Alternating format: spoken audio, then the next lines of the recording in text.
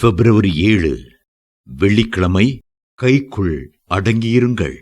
ஆகையால் ஏற்ற காலத்திலே தேவன் உங்களை உயர்த்தும்படிக்கு அவருடைய பலத்த கைக்குள் அடங்கியிருங்கள். 1 பேதுரு 5:6. கர்த்தருடைய கரங்கள் பலத்த கரங்கள், வல்லமையுள்ள கரங்கள், நம்மை உயர்த்தும் கரங்கள். நாம் செய்ய வேண்டியது எல்லாம் நம்மை தாழ்த்தி அவருடைய கரங்களுக்குள் பொறுமையோடே அடங்கியிருக்க வேண்டும். அவருடைய கரங்கள் ஏற்ற வேளையிலே நிச்சயமாய் நம்மை உயர்த்தும். அதில் ஒரு சந்தேகமும் இல்லை. உலகத்தார் தங்களுடைய கரங்களிலேதான் எதிர்காலம் இருக்கிறது என்ற மூட நம்பிக்கையுடன் எதிர்காலத்தை அறியும்படி தன் கைகளை கை ரேகை நிபுணர்களிடம் நீட்டுகிறார்கள். ஜோசியர்களிடமும் குறி சொல்லுகிறவர்களிடமும் காட்டுகிறார்கள். எங்கள் எதிர்காலம் என்ன? நல்ல காலம் பிறக்குமா? வேலை கிடைக்குமா? கல்யாணம் ஆகுமா? பிரிந்திருக்கும் குடும்பம் ஒன்று சேருமா என்றெல்லாம் ஆலோசனை கேட்கிறார்கள். பாவம் செய்கிறவன் தன் கைகளை யாரிடம் காட்டினாலும் அவனுடைய எதிர்காலம் வேதனையே. பாதாளமும் அக்னி கடலும் தான் அவனுக்காக காத்திருக்கிறது. பாவம் செய்கிற ஆத்துமாவே சாகும். எசேக்கியேல் 18:20 என்றும், பாவத்தின் சம்பளம் மரணம் ரோமர் 6:23 என்றும் வேதத்தில் வாசிக்கிறோம். ஆனால் தேவனுடைய பிள்ளைகளாகிய நம்முடைய எதிர்காலம் நம்முடைய கரத்தில் இல்லை.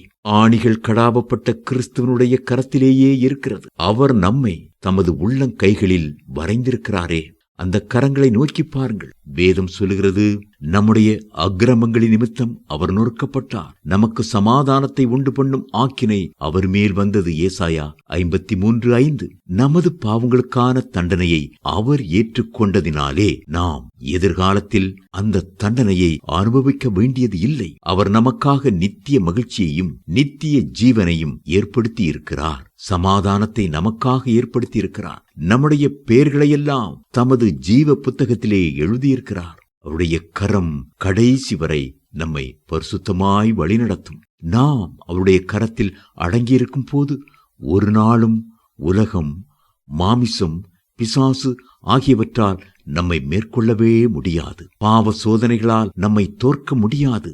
நாம் முற்றிலும் ஜெயம் கொண்டவர்களாய் மாறுகிறோம். நீங்கள் அன்போடு அவரை நோக்கி பார்த்து, ஆண்டவரே, உமது காயங்களை நான் நோக்கி பார்க்கிறேன், எனக்கு ஜெயமுள்ள பரிசுத்தமுள்ள வாழ்க்கையை தாரும், பாவம் என்னை அணுகாதபடி, சோதனை என்னை மேற்கொள்ளாதபடி உடைய பரிசுத்த கரங்களினால் என்னை மூடிக்கொள்ளும் என்று மன்றாடும் போது நிச்சயம் இயேசு கிறிஸ்து உங்களுக்கு உதவி செய்வார். உங்களுக்காக தன்னுடைய கரத்தை நீட்டிக் கொடுத்து ஆணிகள் கடாவப்பட்டதை நினைவு கூறுவார். தேவ பிள்ளைகளே, உங்களை கண்டு அழைத்தவருடைய கரத்தை பாருங்கள். அவர் உங்களை கைவிடாதிருப்பார். உங்களுக்கு ஜெயம் கொடுக்கிற தேவனை ஸ்தோத்திரியுங்கள். நீங்கள் வாலாகாமல் தலையாவீர்கள், கீழாகாமல் மேலாவீர்கள்.